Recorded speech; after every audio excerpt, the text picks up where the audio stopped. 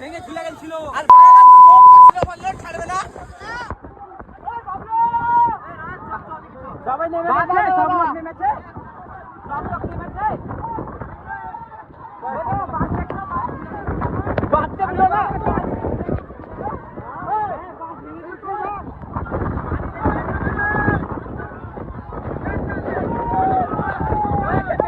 ওপরবেলা দোয়াতে কারো কোনো ক্ষতি হয়নি, কারো কিছু হয়নি।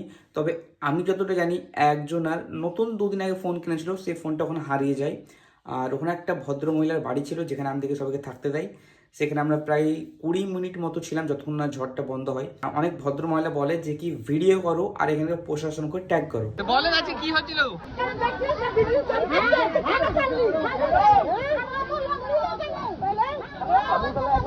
বললাম যে নৌকাটা একবার লাগিয়ে দাও। আরে নৌকারই তো দোষ। একবার বললাম যে যখন এইরকম ডাল মারলো ঘুরিয়ে দাও, ঘুরালো না। আরে ছাড়ে তো অনেক আগে, আর লোড করতে লাগলো নেই।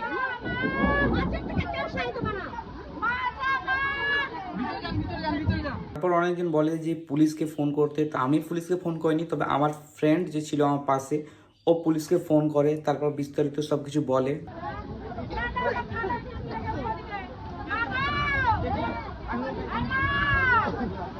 আমার মা নাই গো। আছে আছে আছে আছে আছে, কি সবাই আছে, এদিক ওদিকে সবাই আছে।